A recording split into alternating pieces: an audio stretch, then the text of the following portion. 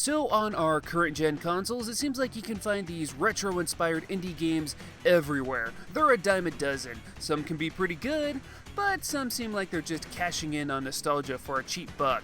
The game I'm reviewing today, Blazing Chrome, is one of the few rare indie games that is not only faithful to games of its era, it's pretty damn good too. Blazing Chrome is an action-packed, run-and-gun, beautifully stylized love letter to Contra fans. The developer, Joymasher, has made a few retro-inspired games before, like Odallus, a Ghost and Goblins Castlevania-type game, and Oniken, a Ninja Gaiden Strider-like title. So what's Blazing Chrome? Well, let's take a look. In the year 21XX AD, humankind has been in a losing war against the machines. Only a few members of the resistance are able to fight back, which includes our main playable characters, Mavra, a human resistance soldier, and her converted robot pal, Doyle. They're on a suicide mission to destroy the robot-controlling machine core.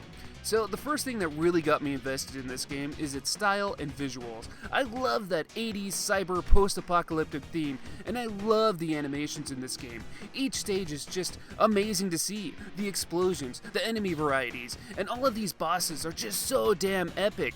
I love it. In the game's main mode, you can choose between Mavra or Doyle, or you can play as both in two-player mode. The controls are simple enough. You shoot, you jump, and you can dodge roll. When an enemy gets close enough, tap the shoot button, and you'll do a melee slash instead.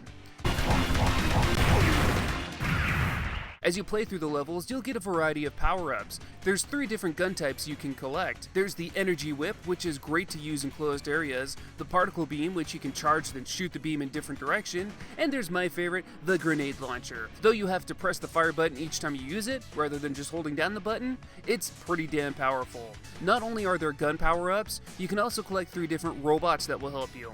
There's an attack bot that will attack with you, the super handy defense bot that will shield you from taking a few hits, and then there's the speed bot, which boosts your speed and lets you double jump. But, despite all these handy tools and power-ups, this game is no cakewalk. Within all 6 of the game's levels, you'll be on the edge of your seat, shooting and dodging, and, well, getting your ass kicked. I mean, there's different difficulties to choose from, but I picked easy, and I still had a tough time on my first playthrough. It's hard, but it's no way impossible. What I really enjoy about Blazing Chrome is that the difficulty, in my opinion, is fair. Lots of games out there can be truly unfairly difficult, but Blazing Chrome is more of a challenge than anything else. It's the challenge of remembering level layouts, enemy placement, and boss patterns, much like Contra. The mid-level checkpoints I feel are placed just the right amount apart from each other, and there's even unlimited continues, so there's no reason to give up. I'm not super into run-and-gun games like Contra or Metal Slug, but this game got me invested from the start. The gameplay is just fun, and the game does a lot of gameplay switch-ups too. You aren't just running and gunning, you're also riding motorcycles and flying through tunnels. Though I personally felt the tunnel section went on a bit too long, I couldn't help but be amazed as I played it.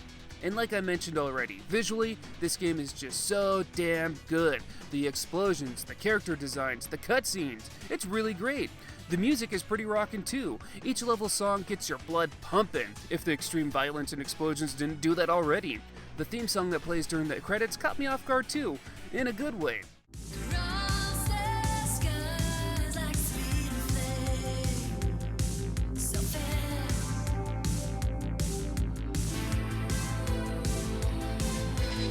Like I said, very 80s. From the pre-release advertisements to the credits of the game, it's just got this aesthetic that I love. I just had so much fun playing the game. The only downside to this game that I could really think of is that it's a little on the short side. There's only 6 levels. On my second run through the game, when I was more educated on the levels and whatnot, I was able to beat it in just under an hour. So if you're looking for a long playthrough, you might not get that here. However, there are some cool unlockables after you beat the game for the first time. You'll unlock 2 different characters, both who focus more on melee attacks rather than guns, and goddammit, I love that ninja character. Ninja characters are always my goddamn weakness. You also unlock a mirror mode and boss rush mode. There's even more difficulties to unlock too. So there's still plenty to do even after you beat the game.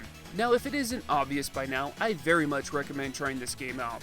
When the game is not on sale, it's priced at $16.99, and I think that's a pretty fair price. It's got a fun, nostalgic arcade feel to it, and it's packed with content. I understand running guns aren't for everyone, so if you aren't into that genre, you might not be into this game, but for those maybe on the fence about it, the quality of this title is definitely there. I am a fan.